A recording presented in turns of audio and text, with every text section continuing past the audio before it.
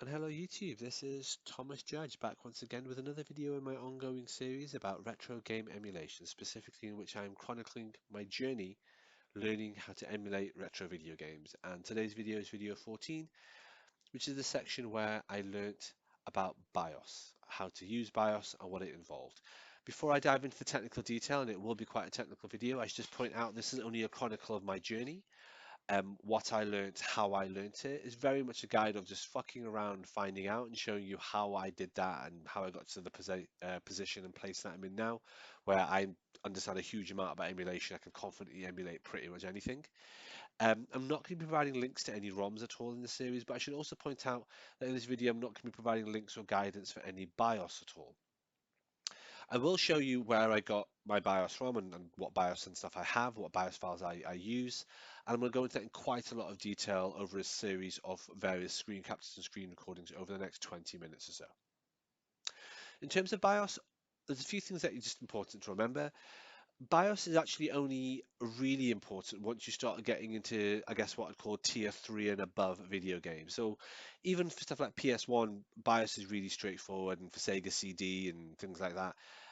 For 64-bit consoles, N64, etc., etc., it's all really straightforward.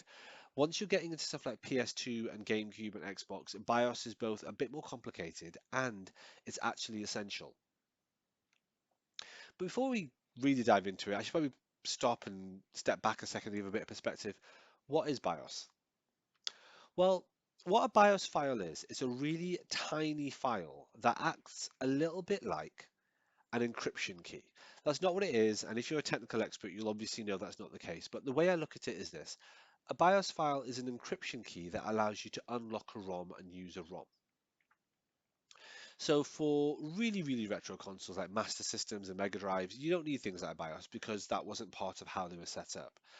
But for any console which has essentially kind of like a boot up screen or logo or even a boot up stage, so like the PS1 boot up screen and the PS2 and the GameCube boot up screen, anything that had a standardized booting up screen for all the games that ran on that console, that's using a BIOS. So the first time I ever came across this was on the Sega Saturn, but even the Sega CD used this sort of stuff. And even the Game Boy used this sort of stuff. The thing is, for those older consoles like a Game Boy or a Game Boy Color, you can kind of get away with not having BIOS and the emulator will just brute force its way through it. But for more advanced consoles like PS2, GameCube, and especially everything after that, you need to make sure you have the right BIOS file. BIOS files are proprietary. You aren't allowed to share them. You can't download them, or you shouldn't be able to download them anywhere. And I won't provide any links here of where to get BIOS files from. Um, there are two places that I got my BIOS files from. One, you can rip them from your actual hardware because they come from the hardware, not from the ROM. So I ripped my Xbox BIOS, I ripped PS2 BIOS. There's various guides online about how to rip these files from your own hardware. The other place that people got BIOS files from, and I admit I did this too, was the Internet Archive. It used to have BIOS file packs available, and you could Google them and just get a hold of them.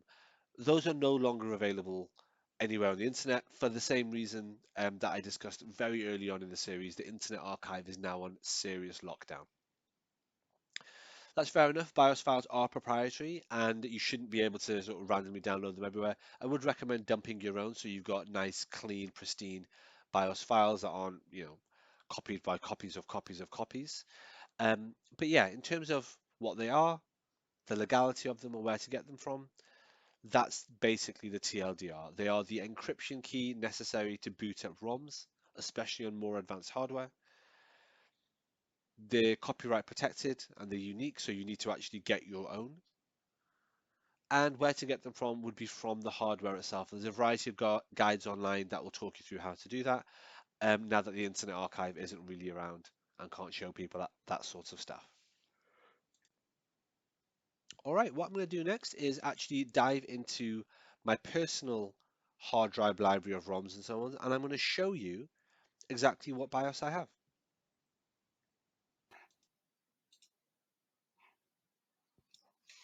Okay, we're back on the 4 TB hard drive. And as you can see, this time I'm in a different folder called the BIOS folder. So you've got my PC, the hard drive itself, and a BIOS folder. These are my BIOS folders. So let's work from the bottom up for a change. So what I have here are PS3D keys. I don't know what they are. I don't know what service, what function they serve. I just have them because I found them again on the Internet Archive. This is the BIOS for a front end called RetroStick, which I've never used and actually heard of anywhere else. It's got all the different BIOSes here for all the different things. Similarly, RetroPie, RetroBat. This was a RetroArch BIOS pack, which was available. Here's this random, like genuinely random BIOS that I just found floating around various places. Again on the Internet Archive. Here's a bunch of others. Here's Batacera BIOS specifically for different versions. Yeah, these are all just loads and loads of different BIOS files that are available. This Elite BIOS folder, this is the BIOS folder I have, and you'll see this is only 50 meg in size. And what I'm going to do, I'm going to talk you through the BIOS that are in here. This BIOS folder here is the one that I use for all of my retro emulation. All this is something you can just imagine as like a reservoir or a library of loads and loads of different BIOSes, different versions of different BIOSes, etc., etc. But from all here and from my own hardware and so on, I've curated what I think is the perfect BIOS pack. Here it is. I'll talk you through it and we'll dive into it again in more detail in a second. But to start off with here, we've got the DREAMCAST BIOS. And these are the contents of the DREAMCAST BIOS file. You have to actually rename this folder, but we'll go into that in just a second. Back here then, these are the SEGA CD BIOS files. Here are a bunch of other ones. This one I think is for Xbox. That's for Final Burn, obviously Game Boy Advance, Game Boy Color. These are some GameCube ones. This is a Neo Geo one. There's a whole bunch here that are for PlayStation. That's a Saturn one as well. There's a whole bunch here also for PlayStation, PlayStation 2, and so on. And then these for PC Engine. I can't remember what every single one of them is. So, for example, I don't really remember what these are for, which particular console that's for. But at the end of the day, this entire folder suffices for all of my BIOS related needs on all of my Steam Deck builds, of which I have 3, on my Retroid Pocket, on my Logitech, on the retro gaming devices that I've configured for friends as gifts and things like that. All of these are just the ones you need. And this is literally only 50.3 meg of data. So these are the BIOS files. But obviously, I'm just scrolling through them really quickly. What you probably want is a slightly deeper dive. And I'm going to give you a more deep technical dive of the BIOS files now. And what we're now looking at is the articulation in detail of that perfect Elite BIOS set, that 50 meg folder and all the things in it. And this actually breaks down every single thing that I would recommend. If this is going to be of help to you, then I'd recommend watching the video on slow motion or pausing it and writing these things down for your own records. But yeah, this is the technical detail of what you need to do. A lot of this was from my own experience of how to set up different systems and what the different systems told me I needed and so on. A lot of this was actually watching other setup guides and freeze framing what people did and seeing what BIOS they had in the background, their computers on their various bits and pieces. So feel free to do that with me, although I'm going to be a bit more transparent about it. So let's start off. Sega CD. These are the 3 folders you need. Oh, sorry, the 3 bin files you need. Famicom or Nintendo Entertainment System needs the disksys.rom. The Game Boy and Game Boy Color, those BIOS files are purely for the boot logo. That's the Game Boy Advance BIOS file. The Neo Geo BIOS file is a zip folder. PlayStation 1 requires, well, it normally requires just the top BIOS file, but this other larger one, PSX whatever, is one that actually is useful to have for various edge cases you might come into. These are the ones you need for PC Engine, syscard 1, 2, and 3. When it comes to PlayStation 2, I eventually learned that BIOS comes in 3 different clusters. You've got the 5.5 cluster, which are these 3 here. You then have the 7,000 cluster, which are these 4 here. And then you have a 9,000 cluster. Oh, sorry, there's this one here as well. And then you have the 9,000 cluster, which is all these. These are actually very tricky to find, but again, what you will find is, depending on the front end that you use and the emulator that you use and the various checks that you do, these will end up being BIOS that you're missing if you don't have them. So you do need to track these down somewhere or other.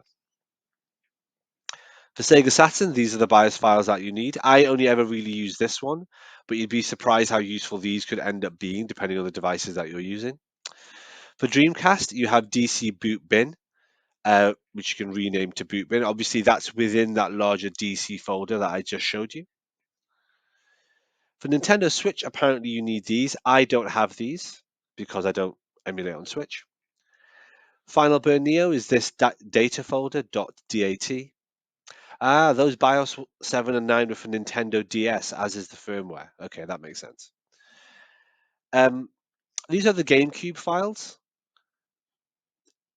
It's a bit complicated, but essentially, if you just Google this, you will then find threads and pages and possibly even links to BIOS files for that. But this is what those BIOS files are for USA, European, and Japanese ROMs. And for Xbox, and by that I mean OG Xbox, you need these two files, MCPX and the Complex 4627.